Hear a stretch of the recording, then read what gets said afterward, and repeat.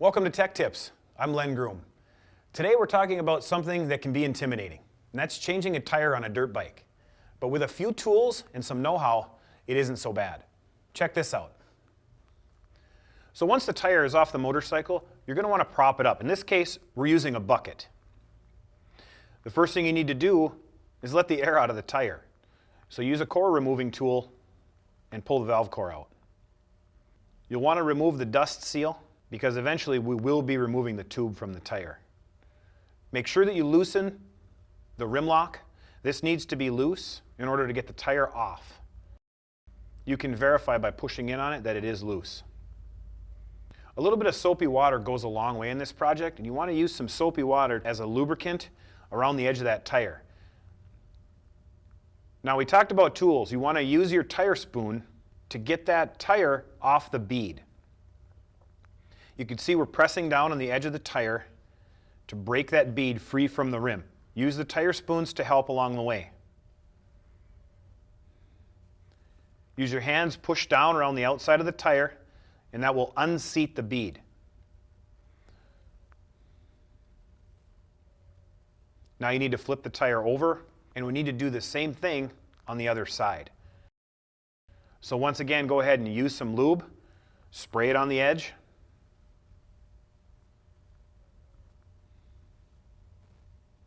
And then use your tire spoon to press in between the tire and the rim to force the tire off the bead. Okay, we usually start at the rim lock. You're going to want to put your tire spoon underneath the tire on the rim, being careful not to pinch the tube. That's the big fear here, is pinching the tube, and tire spoons help to not do that. So you want a good set of tire spoons for this project. Start working that tire around the rim with the tire spoon. As you can see, we're holding in one spot. Once you get it about 3/4 of the way, it'll start to come a little bit easier. As you can see, we're not struggling here. Now we've got half the tire off the rim. As I mentioned earlier, we're going to have to reach in there and pull the tube out. So remove the tube carefully. And once you get to the valve stem, you'll have to push the valve stem back inside the rim and remove the tube. Now we still need to get the tire off the rest of the rim. We still have one bead that's on the rim. So you can see we'll add some soapy water as lube. We'll put the tire spoon in behind and we'll get it started. Now here's a trick. If you've got a plastic hammer, you can go ahead and hit that bead carefully. You don't want to bend the rim here. You want to work your way right around there. As you can see, this helps to push that tire off the rim. Once you get it about halfway, you can see it starts to come off very easily. Pull the rim free, and now we can change our tire. The first thing you want to do is use plenty of lubricant. As I mentioned earlier, this is just soapy water. It works very well. Set the tire back on the rim. We're pretty much going to reverse our process. You take a look at that little yellow dot on the rim. You want to line that up with your rim lock. This is very important for balancing the tire. Get the tire started as best you can. Kind of push it around there. You can see how we're working it around. Use your tire spoon to push the tire on the rim the rest of the way. This is the part that everybody can do pretty easily. There's no tube to pinch here, so you can work your way around there fairly easily. We'll reinstall the valve core into the tube, and now we're going to reinstall the tube into the tire. This could be interesting, but you just want to take your time. Make sure that it goes in unwrinkled. You don't want to force it in there and have it twisted or anything like that. Push it in there very carefully. Get the valve stem through the rim, and you can see here we're going to use a nut to hold the valve stem through the rim. Some bikes won't have this nut on there. It's just good to have one around. We'll talk a little bit more about that as we finish this job. You can finish putting the tube into the tire. And then we need to move the tire back and forth a little bit. We want to be sure that that yellow dot is lined up with our rim lock, but at the same time, we want to make sure that the valve stem is straight. You can see how it's angled, and we're shifting the tire back and forth to get that valve stem as straight as we can. That means that there won't be any weird pressure or twisting on that tube. Remember, we're going to inflate that tube inside the tire. Use plenty of soapy water around the outside of the rim. This is where people get themselves into trouble. The tire spoons are critical here. So you start at the rim lock, make sure that the tube isn't pinched in the tire spoon and the rim. Use your knee if you need to. Now you're going to work that tire right around the rim.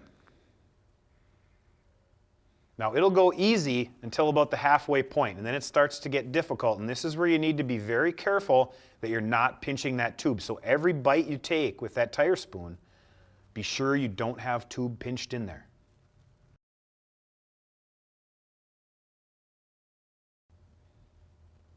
As you can see, this is where the struggle begins, that last little bit.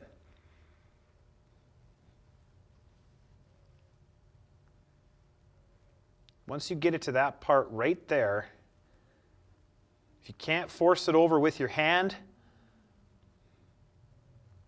a good trick here is to go ahead and use the hammer.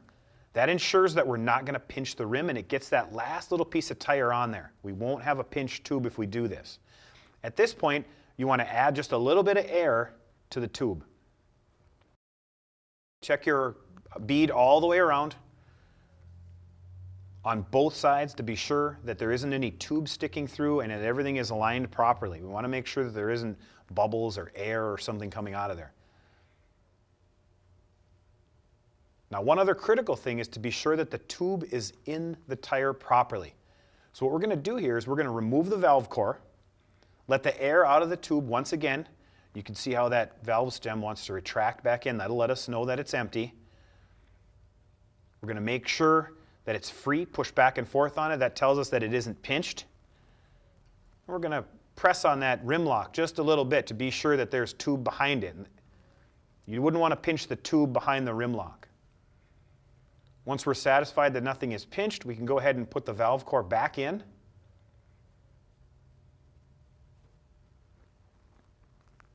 And we can add some air to the tire. Now, if you see a couple bubbles come out here, don't panic. That's just a little bit of the soapy water. That's not a problem. That's normal. Once again, check the bead on both sides.